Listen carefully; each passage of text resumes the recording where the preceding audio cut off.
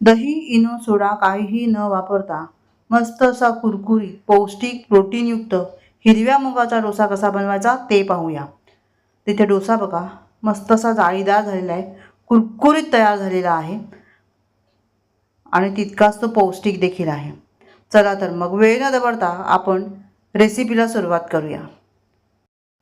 इथे मी 1 वाटी मूग घेतलेले आहेत. हिरवे मूग आहेत. सर्व प्रमाण आपण याच वाटीने घेणार आहोत. यानंतर त्याच वाटीने 1 वाटी मी तांदूळ घेतलेले आहे. तांदूळ तुम्ही कुठलाही वापरू शकता. इथे मी बासमती राईस घेतलेला आहे, मात्र रेग्युलर कुठलाही रेशनचा तांदूळ देखील चालेल. यानंतर इथे मी चणा डाळ घेतलेली आहे, तीसुद्धा त्याच वाटीने 1 वाटी चणा डाळ घेतलेली आहे. आता हे स्वच्छ आपल्याला 2 ते 3 पाण्याने धुवून घ्यायचं आहे. तर यामध्ये भरपूर पाणी घालायचं आणि हाताने असं चोळून घ्यायचं, म्हणजे ह्यावरची जी पावडर असेल, काही घाण असेल तर ती निघून जाईल.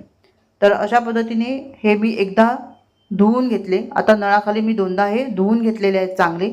यामध्ये आता भरपूर पाणी घालायचं आणि हे 5 ते 6 तास आपल्याला भिजत ठेवायचं आहे, किंवा तुम्ही सकाळी नाश्ता बनवणार असाल तर रात्रभरासाठी हे भिजवायचं आहे. मी हे रात्रभर भिजत ठेवलं होतं आणि दुसऱ्या दिवशी सकाळी बघा हे मस्त असे मूग, डाळ आणि तांदूळ चांगले फुलून आलेले आहेत, चांगले सॉफ्ट झालेले आहेत. तर आता ह्याला आपण बाजूला ठेवून देऊया आणि तोपर्यंत आपण एक चटणी तयार करून घेऊ. इथे मूठभर शेंगदाणे मी भाजून घेतलेले आहेत. यानंतर ह्यामध्ये आपल्याला घालायचं आहे देठासकट कोथिंबीर, कढीपत्त्याची 5-6 पाने, 2 टेबलस्पून इतकं ओल्या नारळाचे तुकडे, 5 ते 7 लसूण पाकळ्या आणि 3 मिरच्या घेतलेल्या आहेत. मिरची तुम्ही तुमच्या हिशोबाने इथे कमी जास्त करून घेऊ शकता. याची आपल्याला एक चटणी तयार करून घ्यायची आहे. चटपटीत अशी ही शेंगदाण्याची चटणी तयार होते. आता यामध्येच थोडंसं मी पाणी घातलेलं आहे आणि हे मिक्सरला आपण वाटून घेऊया. तर इथे बघा ही चटणी जी आहे ती मस्त अशी चटपटीत तयार झालेली आहे. याला तुम्हाला फोडणी द्यायचं असेल तर फोडणी देऊ शकता, नाही दिली तरीसुद्धा चालेल. अशीच पण ही खूप छान लागते. तर चटणी बघा किती मस्त तयार झालेली आहे. तर चटणीला आपण बाजूला ठेवून देऊया आणि आता आपण हे जे डाळ तांदूळ आहेत त्याकडे पाहूया. तर डाळ तांदूळ देखील आपल्याला त्याच मिक्सरच्या भांड्यामध्ये वाटून घ्यायचं आहे.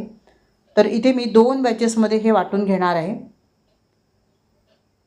पाणी चांगलं निथळून घ्यायचं. दळण्यासाठी जर तुम्ही हेच पाणी वापरलं तरीसुद्धा चालू शकेल. तर इथे बघा मी अर्धा भाग याचा घेतलेला आहे आणि अर्धा भाग आपण नंतर करणार आहोत. आता यामध्येच आपल्याला घालायचं आहे 2 हिरव्या मिरच्या, 4 ते 5 लसूण पाकळ्या, थोडीशी कढीपत्त्याची पानं आणि देठासकट कोथिंबीर. यामुळे हा जो डोसा आहे तो टेस्टी लागतो. जवळजवळ ह्यामध्ये आपण ही चटणीच वापरतो आहे, त्यामुळे डोसा जो आहे तो खुसखुशीत पण होतो, टेस्टी पण लागतो. चटणी नसेल तरी देखील तुम्ही हा डोसा खाऊ शकता. अर्धा चमचा इथे मी जिरं घेतलेलं आहे. थोडंसं पाणी घालायचं आणि हे आपल्याला वाटून घ्यायचं आहे. आता हे बघा मी इथे हे जे पीठ आहे ते एकदम स्मूथ तयार करून घेतलेलं आहे. यामध्ये गुठळी राहता कामा नये असं पीठ मस्त असं लीन तयार करून घ्यायचं आहे.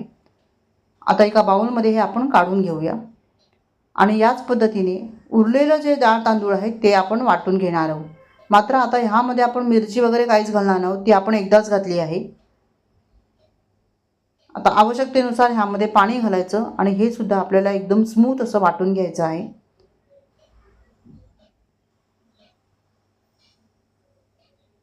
आता मी हे वाटून घेते. एकदम स्मूथ असं मी इथे वाटून घेतलेलं आहे. आता हे आपल्याला व्यवस्थित मिक्स करून घ्यायचं आहे. तर इथे मिक्स करता करता आपण थोडंसं ह्याला घोटून पण घेणार आहोत, कारण यामुळे काय होतं ह्यामध्ये हवा निर्माण होईल आणि आपला नाश्ता जो आहे तो चांगला जाळीदार तयार होईल. थोडंसं पाणी यामध्ये घालते, कारण की हे जे बॅटर आहे ते खूप घट्ट होतं आणि चांगलं ह्याला एकजीव करून घेतलं. आता 5 ते 7 मिनटं आपण ह्याला विश्रांतीसाठी ठेवून देऊया. 5 ते 7 मिनटानंतर बघा ह्याला बुडबुडे आलेले आहेत.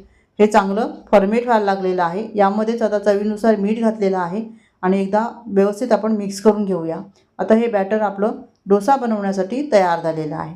बिडाचा तवा घेतलेला आहे, त्यावर तेल घातलेलं आहे आणि तेल जे आहे ते कांद्याने सर्वत्र मी पसरवून घेते. तवा जो आहे तो व्यवस्थित चांगला गरम करून घ्यायचा आहे आणि यानंतर एक पळी बॅटर घालून आपल्याला ह्याचा डोसा तयार करून घ्यायचा आहे. तर डोसा बघा अगदी हलक्या हाताने तुम्ही गोल गोल गोल गोल असा फिरवायचा आहे. मस्त असे हे डोसे तयार होतात.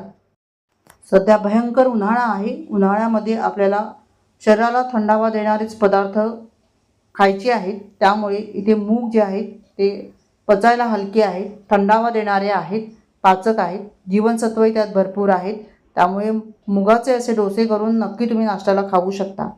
आता मंद आचेवर मी ह्याला चांगला सोनेरी रंग येईपर्यंत तयार करून घेतलेला आहे आणि डोसा बघा किती क्रिस्पी तयार झालेला आहे, एकदम कुरकुरीत. आता ह्याला काढून घेऊया. अगदी मस्त हे डोसे तयार होतात. चला तर मग अशाच पद्धतीने आपण दुसरा डोसा एक तयार करून घ्यायचा. तवा चांगला पुसून घ्यायचा आहे.